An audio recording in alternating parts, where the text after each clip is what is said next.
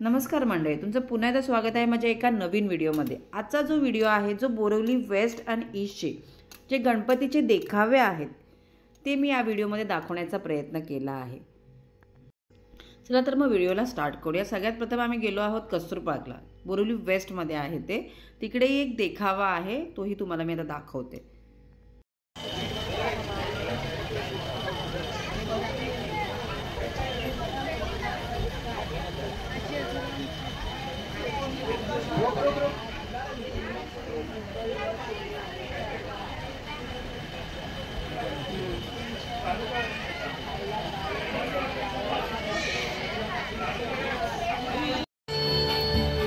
आजच्या काळातला परंतु दुर्लक्षित कौटुंबिक प्रश्न, आजी आजोबा हरवले आहेत। आजी आजोबा हरवले आहेत।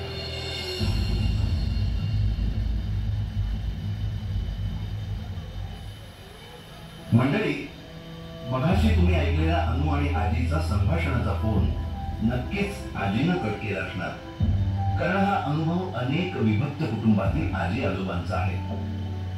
आजी आजोबांना मुलगा सून नातवंड हवी आहेत, नातवंडांना आजी आजोबा प्रिय आहेत, परंतु मुलगा त्याचं या बाबतीत मात्र सँडविच झालंय, कारण त्याच्या बायकोची म्हणजे सुनेची आजी आजोबा संदर्भात धुसफूस आहे। सासू सासरे घरात नको, त्यांचा सहवास नको, अशी काहीशी भूमिका। मी आणि माझं कुटुंब या व्याख्येतून आता आई वडील वगळले जात आहेत।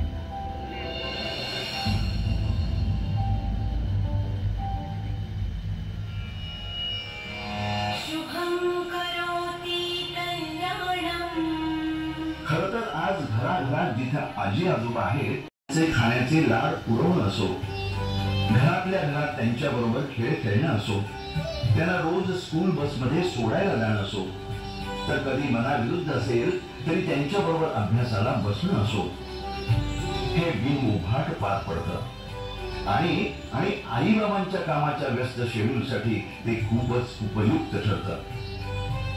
परंतु हे चित्र हळूहळू कधी आणि कसं बदललं गेलं ते आपल्याला समजलंच नाही। आता हा निर्णय घ्यायची वेळ आलीये। आता मला माझ्याप्रमाणे स्वतंत्र संसार करायचा आहे। म्हणजे काय म्हणायचंय तुला? म्हणजे काय म्हणजे, कधीतरी आजी आजोबा संदर्भात निर्णय घ्यायलाच हवा ना। आता मी ऑफिसची कामं पाहू की ही तुमची रोजची कटकट ऐकू? आपण एखादी बाई घेऊ कामाला। मी तर म्हणते आजी आजोबा इथे नसतील ना तर कामासाठी आपण 2 वेगवेगळ्या बायका ठेवू शकतो। आपल्याला ते परवडण्यासारखं आहे। एक अनुकडे पाहिजे आणि दुसरी का कामाला। ठीक आहे। अरे मला माझा संसार म्हणून काही हक्क आहे की नाही? ठीक आहे, विचार कर, संभवतो। आजी आजोबांची वृद्धाश्रमात पाठवणी झाल्यावर आले बाप्पा।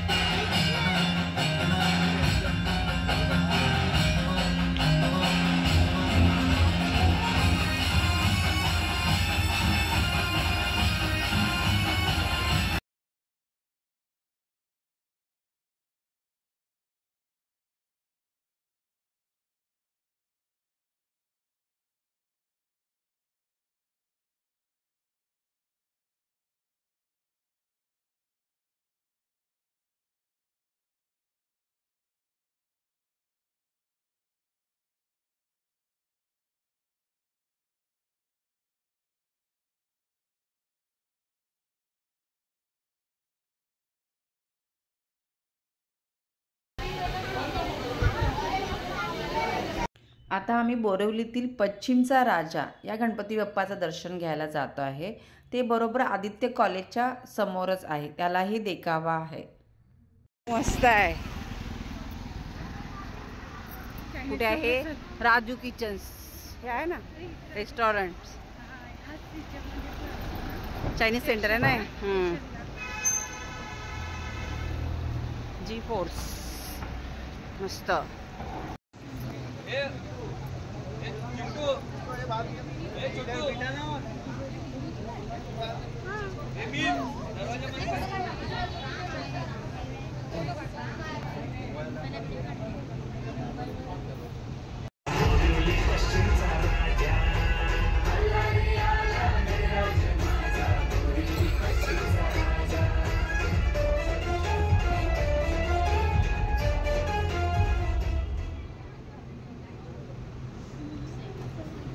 श्री साई दर्शन मित्र मंडळ अर्थात पश्चिमचा राजा आप सभी गणेश भक्तों का हार्दिक स्वागत करते हैं. आयोजक पहलगाम अतिरेकी हमले में और अहमदाबाद प्लेन क्रैश दुर्घटना में मृत हुए सभी लोगों को हमारी मंडल की तरफ से भावपूर्ण श्रद्धांजलि. लगातार 25 वर्षों से भी अधिक समय से हमारी संस्था आप लोगों के समक्ष गणेश उत्सव के माध्यम से विविध विषय पर जागृति लाने का काम कर रही है और इस वर्ष भी हमने बहुत ही आवश्यक विषय पर आपसे बातचीत करना मुनासिब समझा और वो है मोबाइल शाप या वरदान. विज्ञान के मामले में हम मनुष्य ने इतनी तरक्की की है कि हमारे घर के पुराने टेलीफोन की जगह उतने ही इसके नुकसान हैं. आज यहाँ हम मोबाइल की लत के नुकसान पे चर्चा करेंगे. हमारे भारत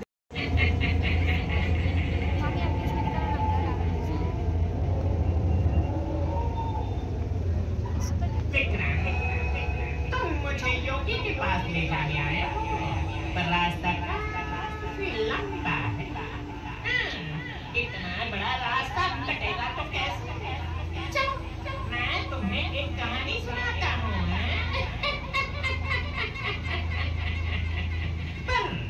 पर मेरी एक शर्त, अगर तू रास्ते में कुछ भी बोला तो मैं वापस लौट कर पेड़ पर लटक जाऊंगा.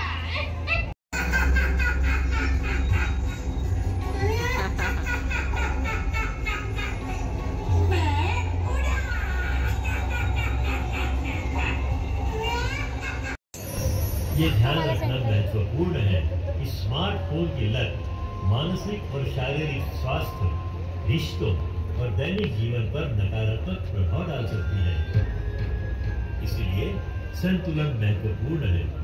ये सिर्फ बच्चों के लिए नहीं, ये उस हर व्यक्ति के लिए है जो मोबाइल फोन के आदी हो चुके हैं. टेक्नोलॉजी जितनी प्रगति के लिए आवश्यक है, उतना ही उसका इस्तेमाल संयम से हो, इसका ध्यान रखना चाहिए. अगर आप अपने स्मार्टफोन के लत से आदी हो चुके हो, चिंतित हो, तो सीमाएं निश्चित करने, डिजिटल डिटॉक्स करने, दोस्तों या परिवार से सलाह लेने या प्रोफेशनल लोगों से काउंसलिंग करने पर विचार करें. माता पिता को बच्चों के साथ समय बिताना चाहिए और उन्हें बाहर खेलने के लिए, दूसरों के साथ बातचीत करने के लिए एनकरेज करना चाहिए. एक बात याद रखो, अगर आप अपने बच्चों के सामने किताब लेकर बैठेंगे तो बच्चे भी किताब लेंगे. अगर आप अपने बच्चों के सामने पूरा दिन मोबाइल लेकर बैठेंगे तो बच्चे भी मोबाइल लेकर ही बैठेंगे, है ना? तो आप लोगों को इस बात का खुद विचार करना चाहिए कि आपको मोबाइल वरदान की तरह इस्तेमाल करना है या एक शाप की तरह.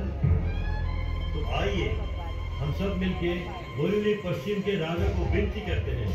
हे बोरीवली पश्चिम के राजा, आप हम सभी को सद्बुद्धि दो ताकि हम बड़े और बच्चे फोन की इस डिजिटल दुनिया की लत से बच सके और वास्तविकता में रह सके.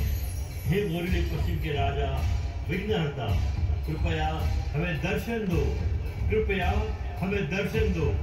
इस मोबाइल के लत को हमारे जीवन से दूर करो और हमें सद्बुद्धि प्रदान करो. बोलो गणपति बाप्पा.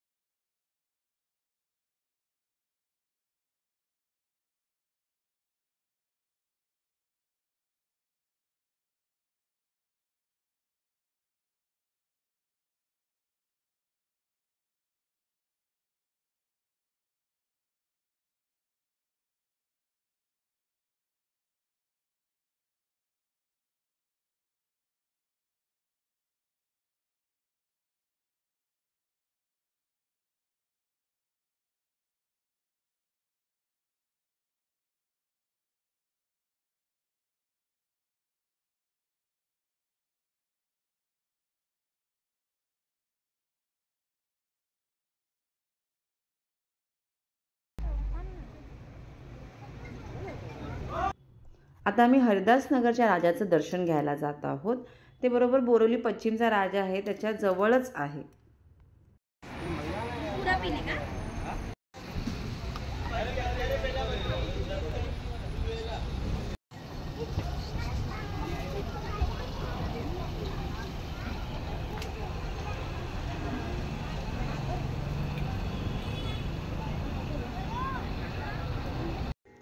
आता आम्ही बोरिवली वेस्टमध्येच नाटकवाला लेन आहे जे स्टेशनच्या प्लॅटफॉर्म क्रमांक 1 पासून जवळ आहे.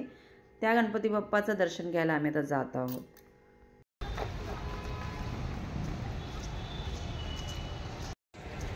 हे आहे नाटकवाला लेन चे गणपती बाप्पा.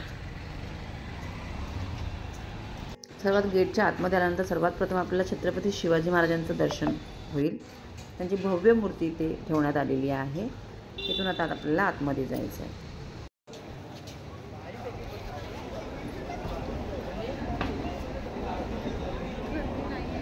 नाही इथे नसतं.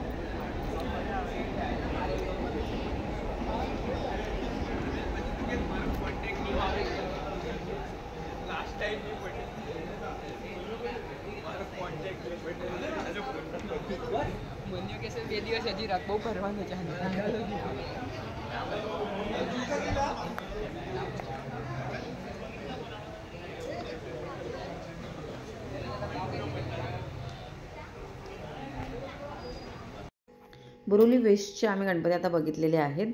आता आम्ही तुम्हाला दाखवणार आहे बोरिवली ईस्टचे गणपती. त्यासाठी आम्ही आता सबवेमधून म्हणजे अंडरग्राऊंडमधून आम्ही पलीकडे जाणार आहोत आणि तिकडच्या गणपती बाप्पांचं दर्शन घेणार आहोत. आहे नाही झोपे शुभारंभ मिलटेक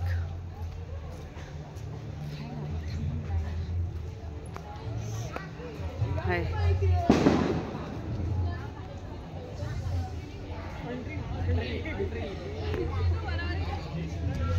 बोलणं लिहिणं अशा माध्यमातून व्यक्त केली जाते. मराठी भाषेचा उदय हा संस्कृत भाषेच्या प्रभावाखाली असलेल्या प्राकृत महाराष्ट्री या भाषेपासून झाला. राजा कासी देवरायाचा अक्षशिलालेख हा इसवी सन 1012 मधला मराठी भाषेचा पुरातन शिलालेख आहे.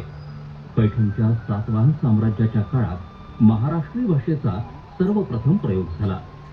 सन 1250 ते सन 1350 या कालावधीत देवगिरी यादवांच्या साम्राज्यामध्ये मराठी भाषा आणि संस्कृतीची भरभराट झाली.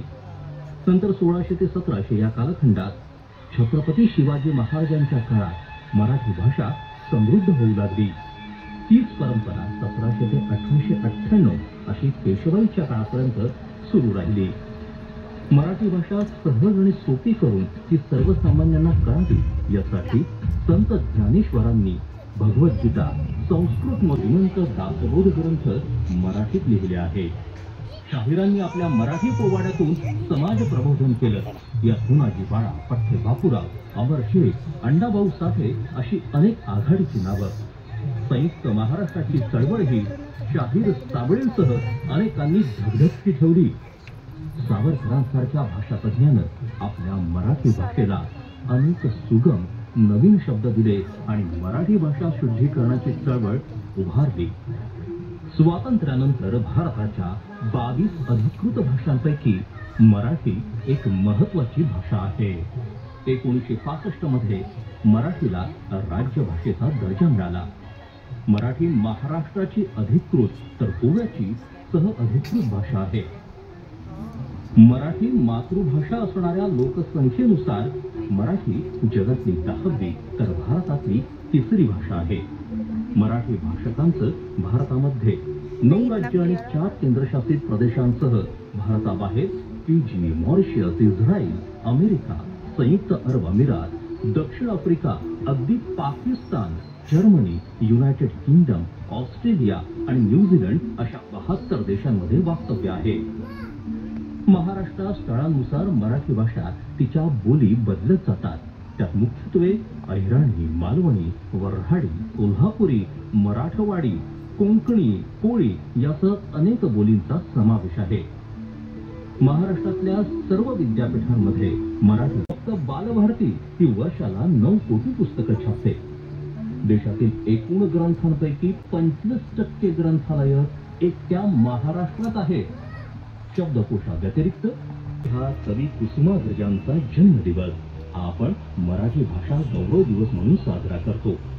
आता शासनानं मराठी भाषेला अभिजात भाषेचा दर्जा दिला आहे. तरीही मराठी भाषा का बरं दुर्लक्षित होते? थोडक्यात घेऊयात या कारणांचा शोध.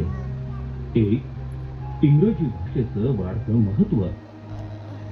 या देखाव्यामध्ये आपली मराठी भाषा कशी जन्माला आली, त्याचं महत्त्व काय आहे आपल्या जीवनात, हे दाखवण्यात आलेलं आहे. तर तुम्ही नक्की हा देखावा जाऊन बघा.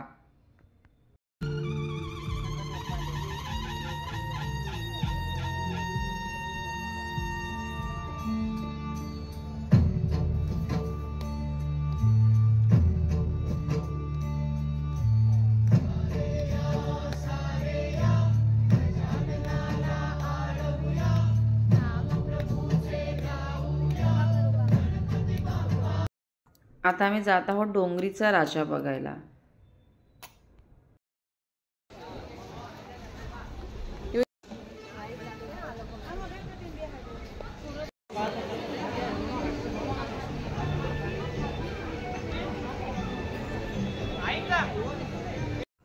आता आम्ही जात आहोत राजेंद्र नगरचा राजा बघायला.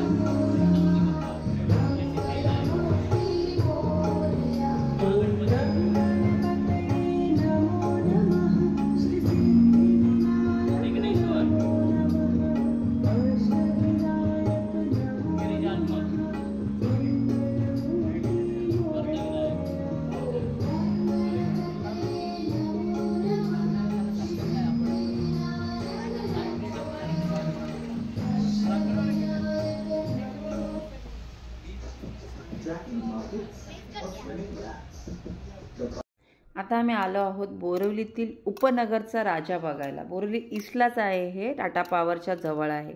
उपनगरचा राजा. क्वार्टर भी नहीं मतलब सेकंड सेमेस्टर फिर आ जाएगा फिर पक्का है का सेट होगा.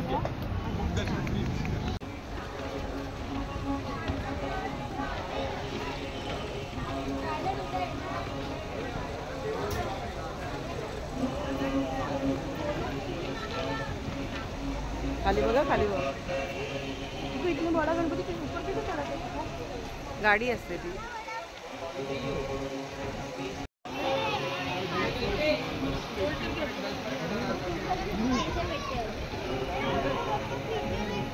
लिटिल मास्टरकडे चाललोय आम्ही. चला, वाजले आहेत रात्रीचे किती वाजलेत आता एक्झॅक्टली किती वाजलेत? 12:47. 12:45 वाजलेले आहेत.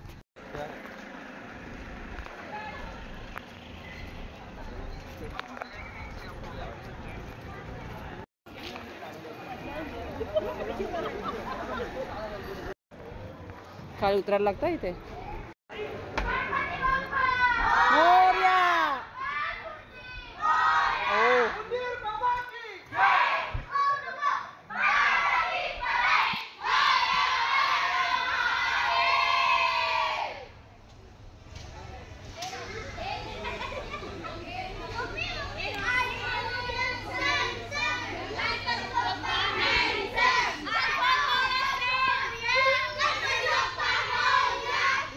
चले.